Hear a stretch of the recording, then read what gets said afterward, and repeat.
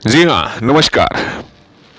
हरियाणा के लोकसभा प्रत्याशियों को लेकर कांग्रेस पार्टी ने 5 सीटों पर प्रत्याशियों के नाम किए फाइनल। 4 सीटों पर अब भी फंसा है पेच।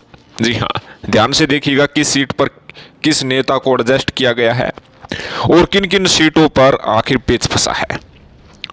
आपको बता दें कि हरियाणा में 25 मई को लोकसभा चुनाव होने हैं और कांग्रेस पार्टी एक एक कदम फूक फूक रख रही है। बताया जा रहा है कि कांग्रेस पार्टी ने जो प्रत्याशियों की सूची जारी करने में जो देरी की है वो उनकी सोची समझी एक रणनीति है और उसके हिसाब से भी आगे चल रहे हैं। माहौल के हिसाब से अपने नेताओं को टिकट देने का कार्य कांग्रेस पार्टी करने जा रही है।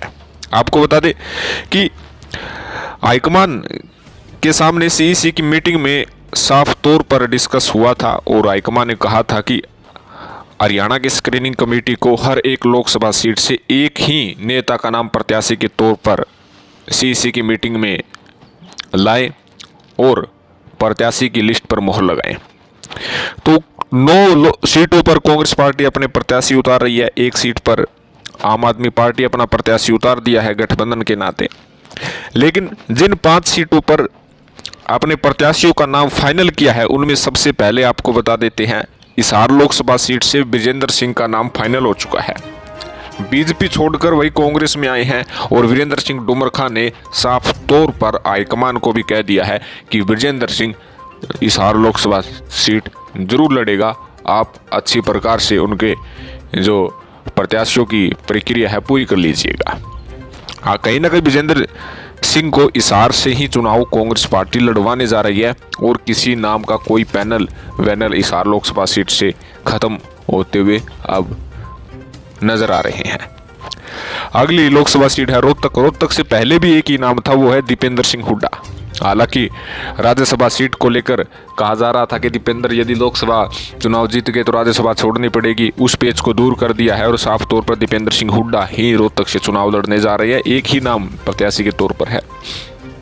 सिरसा से कुमारी शैलजा का एक ही नाम पैनल में अब फाइनल हो चुका है। कुमारी शैलजा सिरसा से चुनाव लड़ने जा रही है। वहीं फरीदाबाद की बात करें तो विजय महेंद्र प्रताप का नाम फाइनल हो चुका है। कोई किसी प्रकार की जो टिक्का टिप्पणी नहीं है।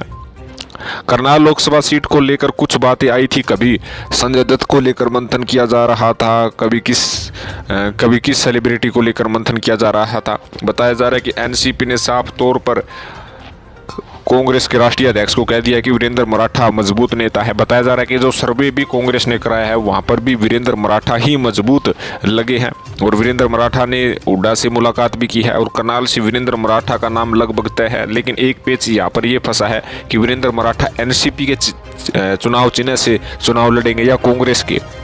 बताया जा रहा है कि कांग्रेस पार्टी चाहती है कि वीरेंद्र मराठा कांग्रेस के चुनाव चिन्ह पर ही चुनाव लड़े। तो 5 सीटों पर प्रत्याशियों का नाम एक एक नाम फाइनल हो चुका है।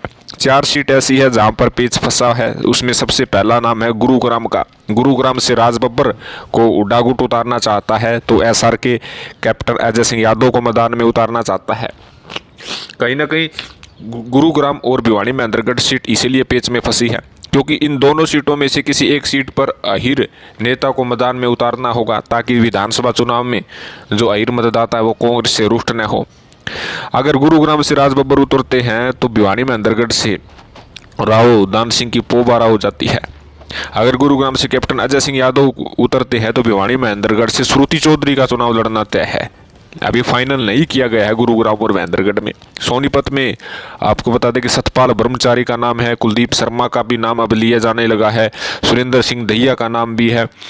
काफ़ी नाम है लेकिन अभी एक नाम फाइनल नहीं हो सका है।